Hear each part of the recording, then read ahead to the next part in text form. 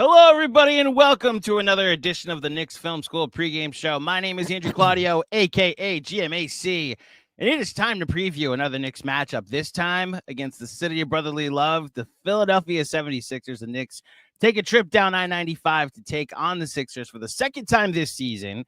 One of the more fascinating matchups that you're going to see on the as far as Knicks Sixers is concerned, and the part of the reason why it's interesting is because I have no idea how to preview it. I have no idea who's going to play in this basketball game. From a Knicks perspective, it looks like they dodged a bullet with Karl-Anthony Towns. His thumb is a sprain, and the X-rays came back negative. So knowing the Knicks and their determination to play as many games as possible, he'll probably play. But even if he doesn't, I have no idea who is going to play for the Sixers. Both Tyrese Maxey and Joel Embiid and Paul George didn't play last night. Jared McCain, unfortunately, is out for the season with a meniscus tear. So we'll see how much of this matchup actually brings up the emotions that came out during the playoffs. One person that can actually help me bring the emotion of a tense playoff matchup is a person who I discovered during the baseball playoffs, full disclosure. And when it comes to the energy of a sports fan, you will absolutely find it with Hunter Brody of Brodes Media. Can I call you Brodes? Are we there yet, Brodes? Is that cool? Brodes, yes. Welcome to Knicks Film School. And just who's playing tonight for the Sixers? Because I have no idea. Well, I don't know either. You kidding me? Here in Philly, we wait till about, an hour and a half, 2 hours before the game. We get hit with all this crazy news. All of our big-time beat reporters let us know Embiid's probably not going again. Paul George is out. He stinks. Maxey's going to maybe play. It depends on how he warms up. Listen, I haven't been able to talk about the Sixers in so long because, one, as you alluded to, no one has played, and two, the Eagles are on a run, and I need to get out this frustration, so thank you for having me. Well, you're welcome, and if there's anybody or any place, I should say, where you could just go to town on frustrations or slander about the Philadelphia 76ers, it's absolutely here with me at Knicks Film School, and it's actually somewhat disappointing because, look, I'm the author of the back-to-back L's tweet. I was here for when the Sixers and the Phillies were eliminated by two New York teams in 2024. Now, I will admit I used to be a Jets fan, or the bit is that I've used to be a Jets fan. So I have no dog in the Saquon going to the Eagles and then the Eagles taking off with him as an MVP candidate fight. But the Philadelphia gets some of that back with what Saquon did this season.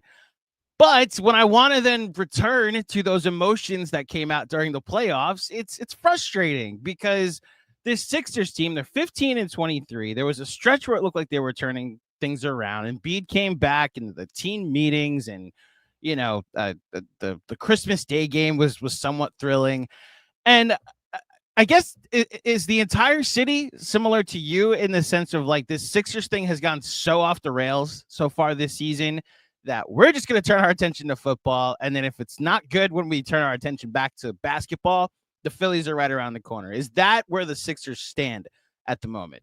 Half of you is correct. Okay. I do believe that this city right now is sort of putting the Sixers on the back burner. But once the Eagles ends, it's not let's just move forward to Phillies. It's wake the you-know-what up and, we got to figure this thing out because we're not going to accept this for long. So whether that's we discuss what the future is with Embiid, even though the contract extension, you got to wait for all that to work itself out. You obviously just signed Paul George. So is it time to build through Maxey and Jared McCain whenever he gets back healthy? What is Daryl Morey's job in all this moving forward? I think there's going to be some serious, tough, difficult questions that we're just pushing down the road, but we won't skip over it. There's no doubt about it because we do love this city, or we do love this team. We want them to be in this city. And, obviously I'm bringing that up because of the whole, I don't know if you're paying too much attention to them possibly moving to Camden, New Jersey, but they didn't move and all that shebang. But look, there's a lot of love for this organization, and this is totally unacceptable. So yes,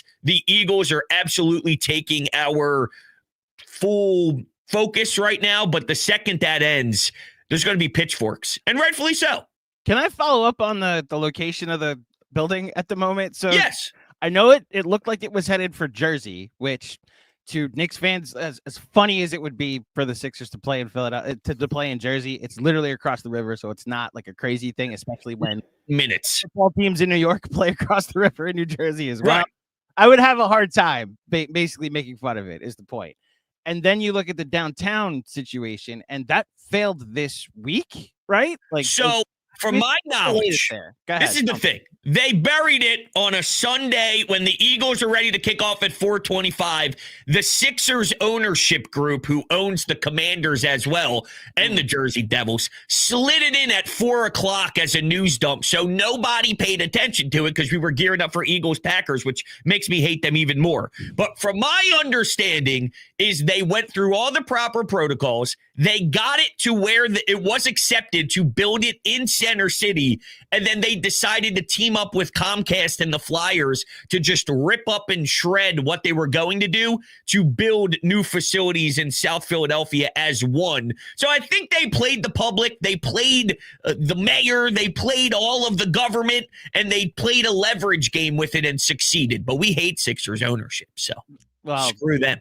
Been there with hating ownership, and I'm coming from the Mets world where an ownership change literally changed the culture and outlook of a franchise there. The ironic part about the Knicks and what their turnaround is, it's same owner, like still Dolan, and they've just been able to turn things around because the right person's in charge. And from all accounts, he's been hands off enough that Leon Rose has been allowed to rebuild what the Knicks have been this year. Look, you kind of alluded to it, the different negatives to point to with the Sixers this season, and whether it's ability on the court and what you've seen when people have played, or just unavailability off the court and how inconsistent the attendance policy has been with the Sixers.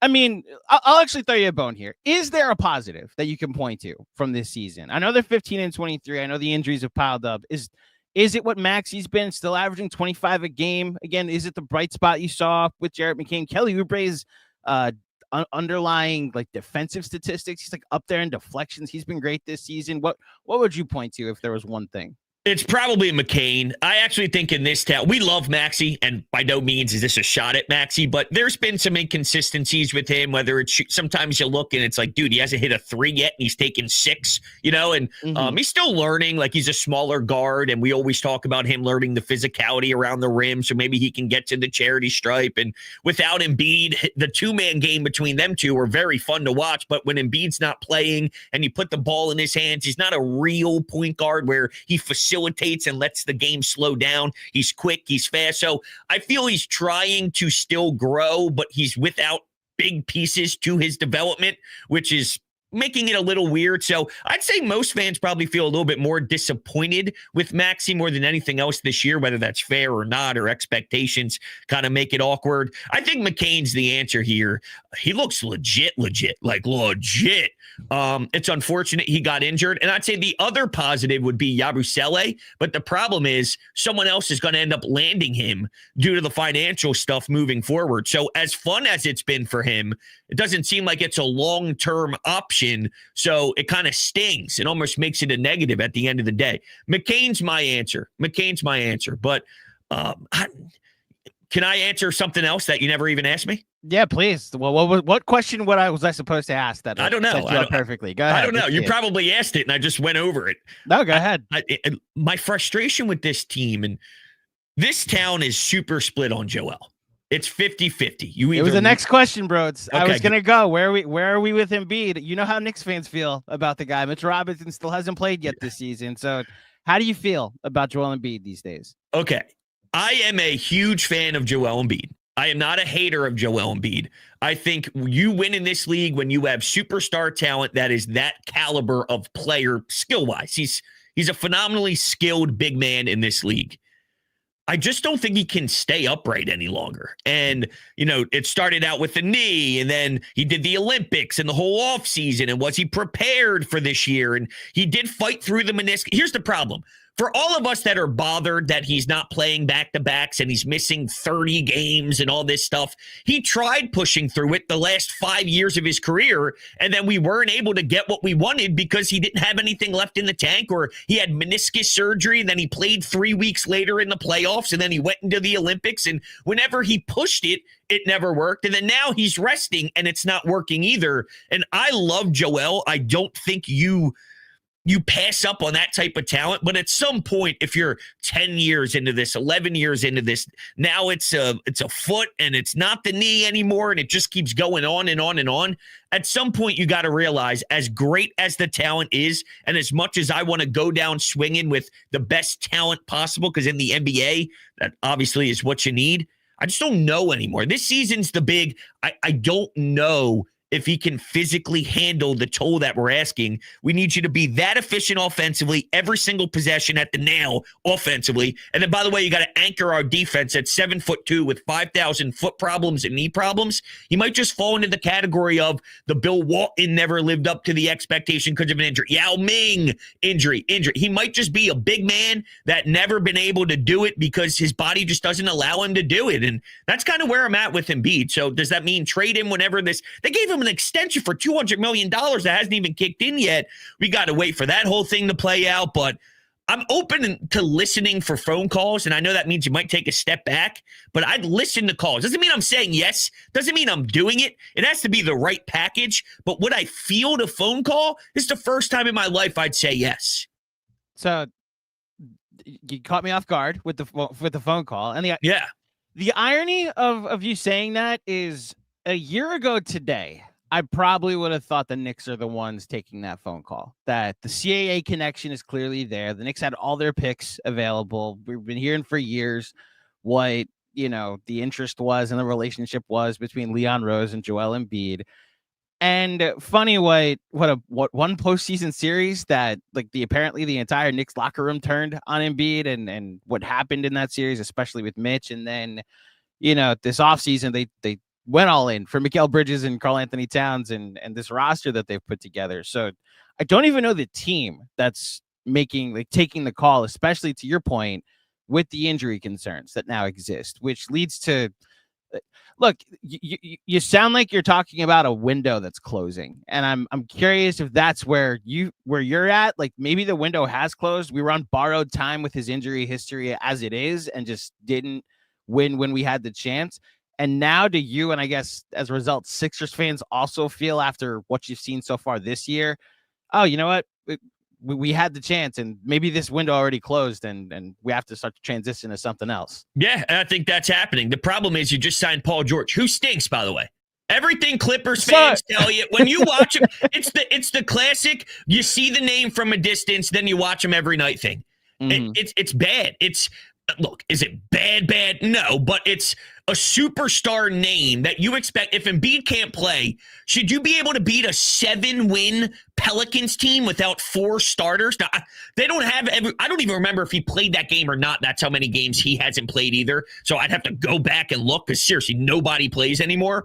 But at some point, the reason you brought in Paul George is because they told us they had this master plan that they were going to rest Embiid periodically throughout the regular season, and you should be able to survive in the NBA regular season with Paul George and Tyrese Maxey as your 1-2 punch. And Paul George can't. He can't win you regular season games without Joel Embiid. And Clippers fans are all mentioning, see, I told you so, see, I told you so. It's one of those where when you watch it every night, it's extremely disappointing. Of course, he's going to have 40 points against the Knicks after I say this. Tonight. Yeah, of course. Mm-hmm. This is the game that he breaks out. Exactly. Yep. And I'm just disappointed in everything. Even Nick Nurse. And I think Nick Nurse is a good coach. And when you don't have your players, it's hard. And I never scream about NBA head coaches because majority of it falls on the players more than the NBA coach. But he's putting out lineups that just don't even make logical sense at all. Maybe it's because he has no answers and he has no bodies. Maybe that's it. But this whole thing is crumbling. And to answer your question, yeah, it does seem like their window is closing here, but they're stuck. Window's closing and they're stuck. What do you do?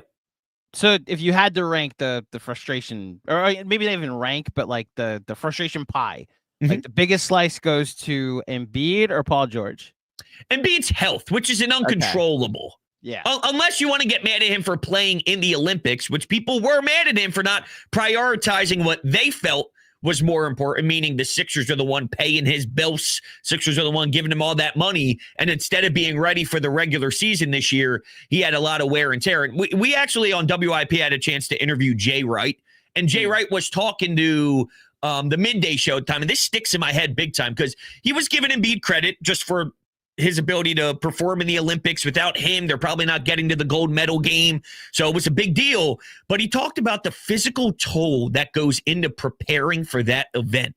And he was saying it all within a positive, like for Embiid to do that, it says a lot. But of course, my mind goes, yeah, exactly. That's why you wonder, was that a smart decision, knowing that you played in the postseason right after a meniscus surgery, and now you're going through that level of toll on your body? Is that the right decision? So maybe you can put some blame on him.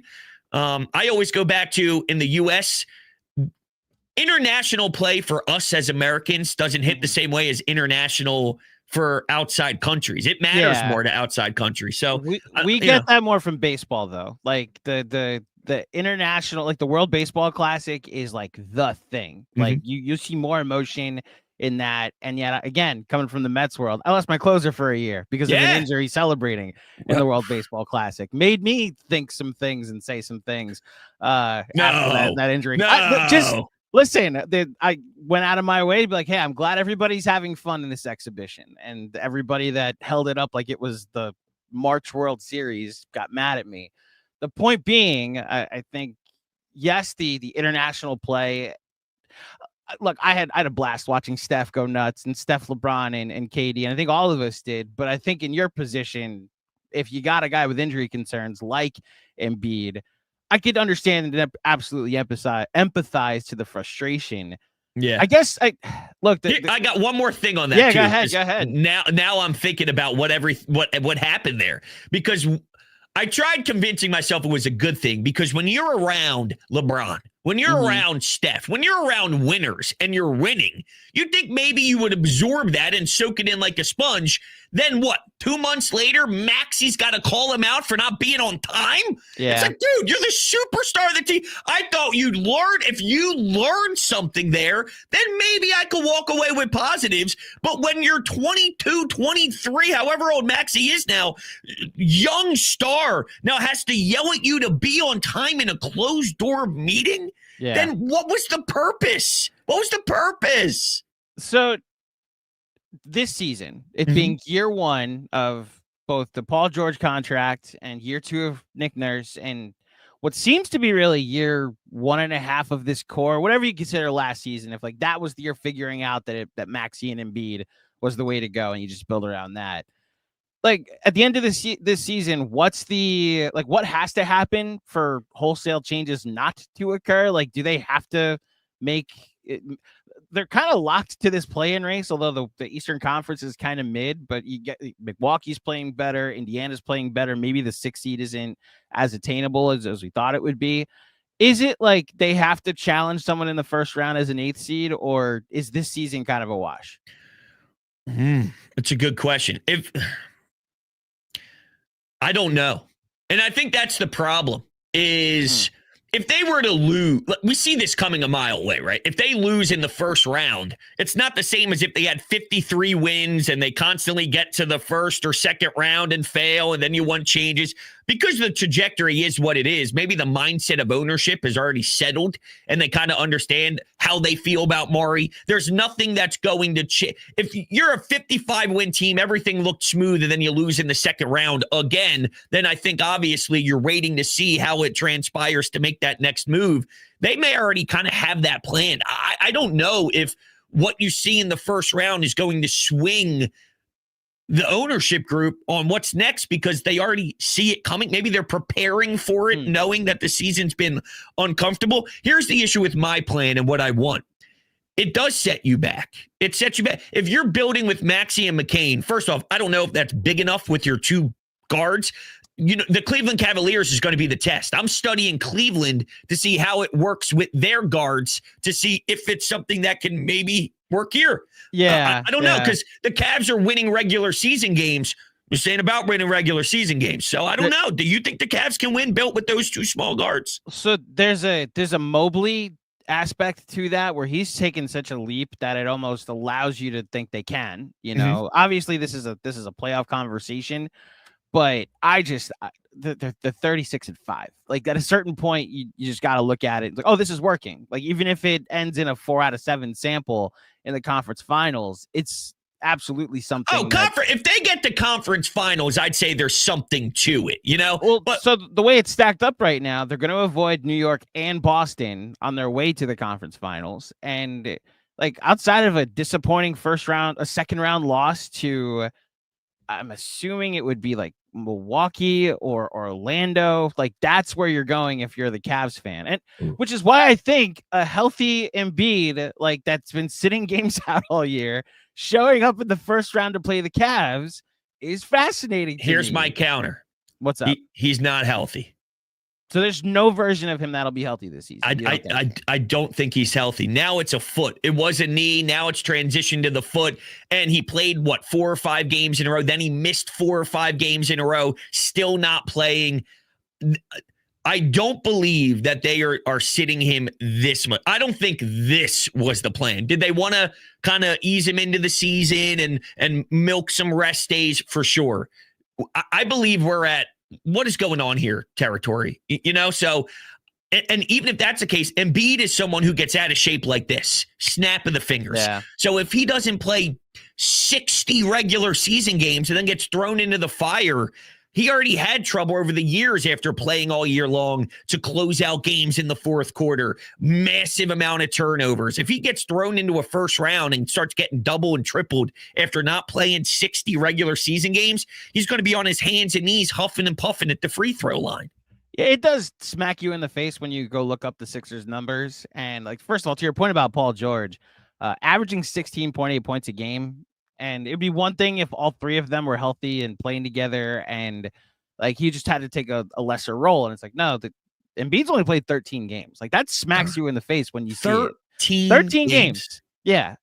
Like Jared McCain, Andre Drummond started more games than him, but Jared McCain played 23. And obviously that his season cut short. But is there a world Jared McCain has more games played with him by season's end? How many did McCain finish with? 23. Yes. So that's, I think, the fascinating part about the Sixers is that I'm so ready for like them to show up and it's like, oh, they're healthy for 10 games at the end of the year. It's like, oh, we held our energy and you're giving me this. There's no chance that's happening. No. Now, are you wondering from the Knicks perspective here, are you looking at it from we got to be prepared for the Sixers, or are you looking at this more of just an NBA fan saying, all right, the Sixers got to pull this out eventually here? Or are you almost having your guard up knowing the Knicks are going to potentially be lined up with a certain seed in the playoffs and the Sixers are that scary watch out team? Or is this more of you love basketball, you love the NBA, and you want to see this team have some flow because it's a better product? Where is this, Knicks view or NBA fan view? So I'm gonna answer both questions, and I'm gonna be fully transparent in how I answer them. So, as a Knicks fan, Joel Embiid has lost a lot. One may call him a loser if someone is so inclined to do so. That first round series last year was terrifying. The Embiid Maxey pick and roll for 6 games. It was a fun series. They just never figured it out how to beat it. And the lead changes throughout the entire series, the close games, really only game 3 was a blowout. And even then, like it was a bad third quarter when the Knicks could not stop one play that led to a bunch of 6 or 3s. And then Embiid had a free throw on his way to 50 points in the fourth quarter. And like the thought of doing that again for a first round is just not something I think anybody wants, which is why like the Celtics earned their way to being like a 1 seed last year. And then like they got a banged up Miami Heat team in the first round. All right, but you played for a 1 seed. If the reward for being the 1 seed this year is the Sixers got healthy all of a sudden, as an NBA fan, that is fascinating.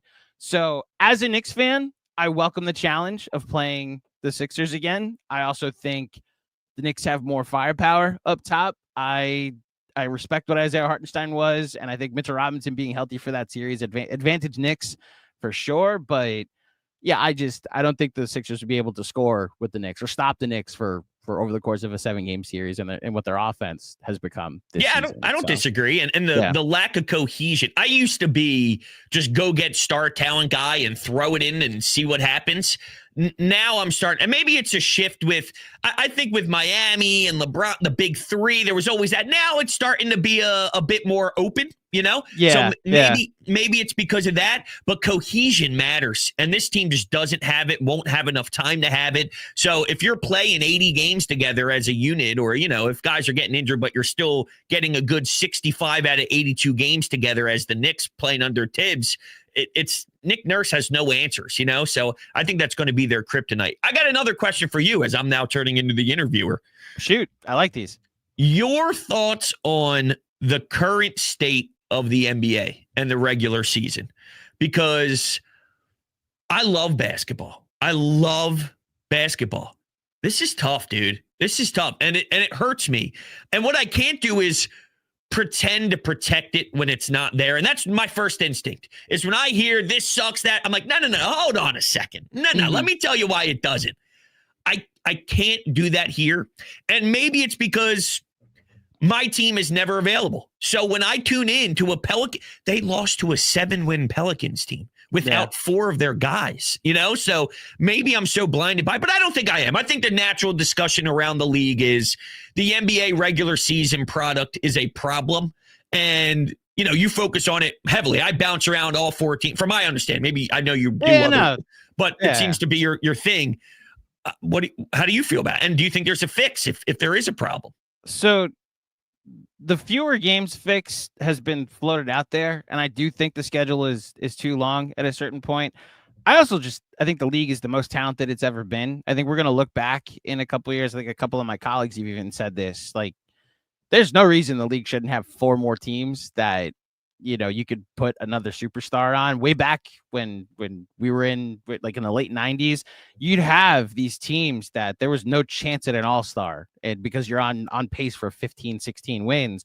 And now LaMelo Ball is on a Charlotte Hornets team leading the all-star voting at the moment. So I think from a talent perspective and just from a style of play, the game has never been more talented. I do think some of the Sixer frustrations are seeping into your perspective a bit, because if my best players never played, I'd also be frustrated with the product as well, because I'm seeing not what was advertised in the preseason. I guess I'm lucky that as a Knicks fan, I get to see all my players play as many minutes as possible because they play for Tom Thibodeau. And ironically, I was talking to my colleague Benji Ritholtz yesterday, like, the hilarious part about the Knicks having their entire starting 5, Jalen Brunson, Karl Anthony Towns, Mikal Bridges, OG Anunoby, and Josh Hart, all 5 of them are in the top 10 in total minutes this year. That can be looked at as an indictment of Tom Thibodeau. It could also be like they're the healthiest team in the league. That starting 5 never misses games. Like that's part of the thing. They've actually had some really good fortune in that sense. It's not necessarily an indictment of them. And as a result, it allows you as a fan to buy into the team because you know what you're going to see on the court every night, at least who you're going to see on the court every night. And yeah, I know the league has to think about this because of the TV contracts and everything, but I almost look at it like if you're a movie fan and everybody's concerned about the Oscar ratings dropping, if you're a movie fan, you don't care about that, like what the ratings are. You care about the quality of the movies, the ones that get nominated, the where the theaters are. And you might come at it with like, oh, there's so many great movies out this year. I saw so many good things. But if the casual movie fan is like, there's nothing good, it's only Marvel movies and it's just superheroes and Wicked, you're going to look at it from that perspective. Right. So it's almost like the diehards are left out in the cold because they're hearing about what's wrong with the league when I'm like, do you see what the Thunder and Cavs did last Wednesday? So you read my mind because we're sports fans, right? But like there used to be a time, I don't want to get too sidetracked, but we are. Yeah, let's do it. There used to be a time where on Wednesdays or whatever day it would be, there'd be a TNT doubleheader and it would be I don't know, the Cleveland Cavaliers with LeBron versus a Celtics team, right? And I'd watch that at 7. And then at 10 o'clock, it would be James Harden and Steph Curry, and it would be Houston versus Golden State. And I couldn't miss a dribble. Yep. I couldn't tell you the last time. And I'm with you. OKC has nasty talent. There are teams out there that have phenomenal talent from sports fans and NBA fans' perspectives. It's, oh, wow, this is great. But if it was on TNT at 10 o'clock, that drive isn't there for me anymore. It's not the same where I want to watch an out-of-market regular season game where 5 years ago, I couldn't get enough of those games. Now, maybe... Look, I work in the industry differently now compared to 5 years ago. It's my life now. So maybe it's almost like I don't need to watch the out-of-market stuff so I can have time with my family, this and that. Maybe that's it. I really don't know. But that I have to watch Steph Curry, Golden State versus James Harden, Houston. I don't get that out of OKC and Cleveland. I don't get that with some of these teams. So let me project something. Let me actually predict something. I haven't said this publicly, so you're going to be the first to hear it. Okay. I predict that when NBC comes back into the fold next year, the nostalgia of the NBA on NBC will actually get people to start coming back a little bit. It obviously won't happen during football season because just that's the ratings juggernaut that it is. But the moment you hear the round ball rock and you see the Peacock logo being created, and it's like, oh my gosh, this screams prestige to me. Like, this brings a lot of people back to a time that will signal the importance. That will be a help. The other aspect of it, the names you mentioned, Steph Curry, James Harden, like, they are still playing, and they're on teams that Harden's technically on like a really good Clippers team that's like around like a 6 seed right now, but these aren't the best teams in the league anymore. So Bill Simmons did this on a pod. We're waiting for that next wave of stars to come through, which is where I will turn you to Victor Wembanyama. There is a literal alien in San Antonio that I don't know how the league is going to stop him in a couple of years. And I think he will be, man, I sat there on Christmas watching him torch the Knicks. And then I did the post game for us after that. And I went over to my in-laws and I explained like how the game went. Like, the Knicks won, but they got invaded by an alien and they thought I was kidding. And I showed them a picture, that picture from him blocking Andrew Wiggins' shot at the apex. Yes. And I like zoomed in on Andrew Wiggins. And I showed how far away like the ball was from his hands. And it's like, yeah, this is like a normal jump shot, right? I zoomed out and showed Wemby's outstretched hand.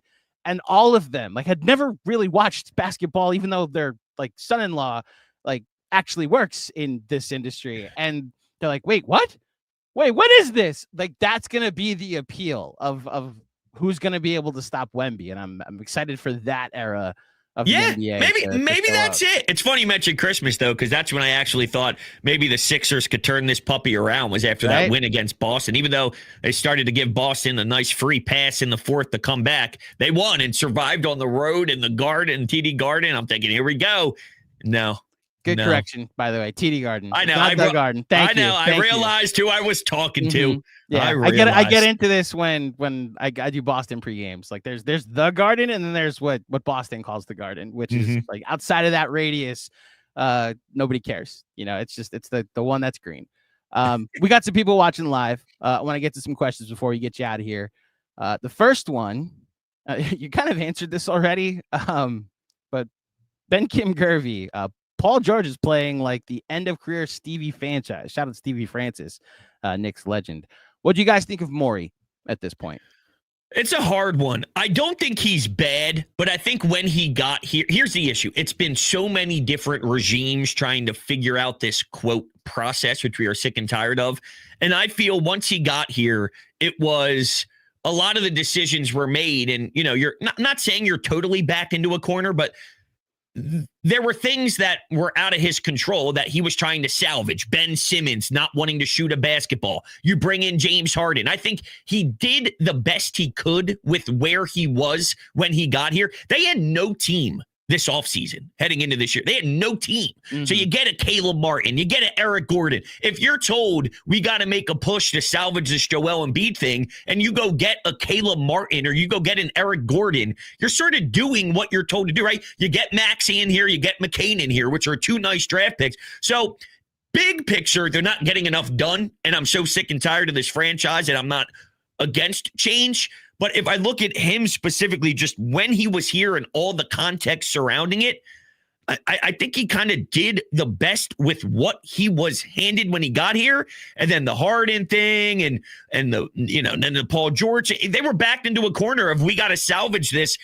I don't think the Paul George thing was just a Daryl Morey decision. I think that's a franchise decision on where are we going to make this push. And a lot of that had to do with not paying Maxey, waiting to pay Maxey, then he gets his money. That opened up the possibility to even make that next move, which is all organizationally more than Morey.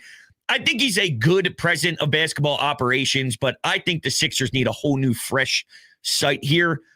It's split on him, too, in this town, by the way. But I'd say he's good at what he does, but I'm also understanding that I think the Sixers need fresh blood from top to bottom. So the interesting thing about Morey is I largely agree with his philosophy that like let the big names figure it out.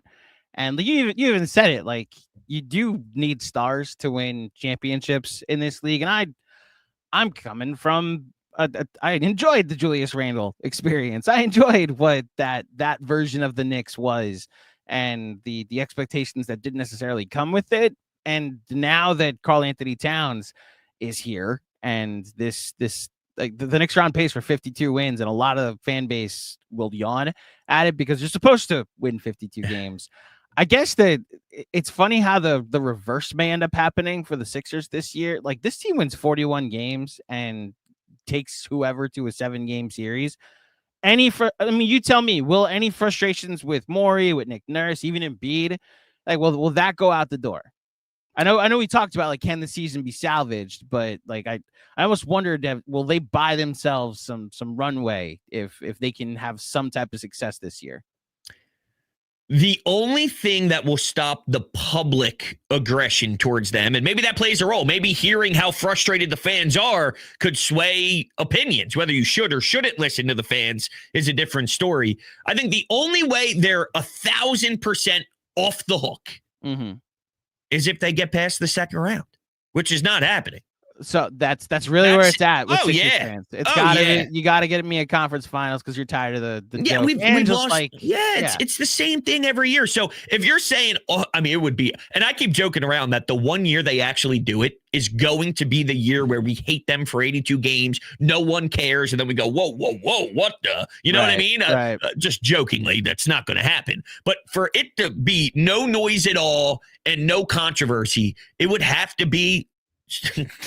This is so funny even saying conference final, which is not happening. So I think the door is open for all sorts of crazy noise if it's anything less than that, even knowing how bad it's been. It's rough. It's rough. I guess we'll wrap up here. The irony that it feels like obviously you're rooting for you as Eagles fans are rooting for the Eagles to go as far as possible. I think in the what's the hat say? I'd rather be watching the birds. There you go. That's right. Put this on special for the show. Again, Jets fan that kind of quit the Jets this year. So I have no dog in this. Aaron Rodgers bringing him back. Here we go, baby. Again, I have go Lions. That's my opinion on football these days. Boo! You can't say go Lions to me at the end of the program. Oh, true. That's right. I forgot. You can't say at the end of the program. In your way. I forgot. So listen. Hey, whoa. We're in their way. Oh, excuse me. That's right. You technically would have to go on the road for that game. Although I kind of like the. They're in our way. Who are they playing on? So what's the matchup? Dude, you're really out of football. I'm really out of it. I'm Matthew Stafford and the Rams coming to the link, baby. So so which team's going to Detroit? Oh, we'd be going to Detroit. No. Who's playing them? Whoa. The Commanders. Sorry. The Washington Commanders. Okay. So the only way that the Eagles can host the title game is if the Commanders win. Man, who's ownership rooting for in the Sixers front office? I'll tell you who. I need to look at that scumbag Joshua Harris on the sidelines of Eagles Commanders when the Commanders win and knock out my quarterback. Here he is. Yep. I just want to punch my TV screen. Well, I do wish you the best of luck because it does seem like that's the thing that will just keep the perspective not on the Sixers at the moment.